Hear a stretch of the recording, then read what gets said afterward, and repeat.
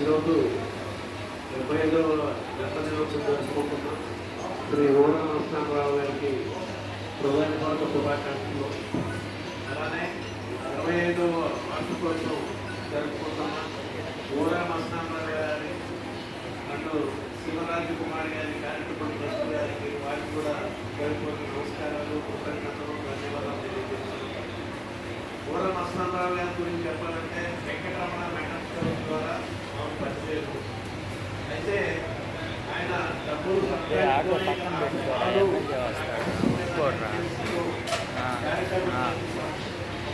స్థాపించి వాళ్ళ కుమారుడికి ఆ షాపు బాధ్యత ఉంది చెప్పేసి వారిద్దరు భార్యాభర్తలు 20 సంవత్సరాల నుంచి ఎంతో చేస్తున్నప్పుడు వారి మనస్ఫూర్తిగా అభినందనలు తెలియజేస్తున్నాను.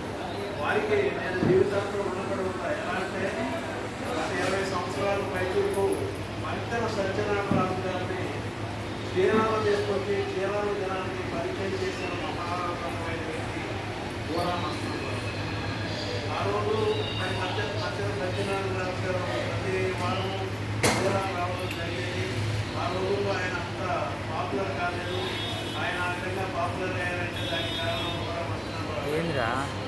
మరి ఆ రోజు ఆయన చెప్పేవాళ్ళు రోగాలకి ఉప్పు లాంటిది రాజు అయితే రారాజు, నూనె, ఉప్పు రోగాలకి రారాజు, రుచికి మాత్రం ఉప్పు రాజు.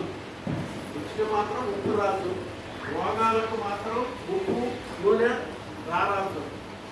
దీనివల్ల ఆరోగ్యానికి చేటు అనే స్లోగన్ ఆయన చెప్పడం జరిగింది. దాన్ని దృష్టిలో పెట్టుకొని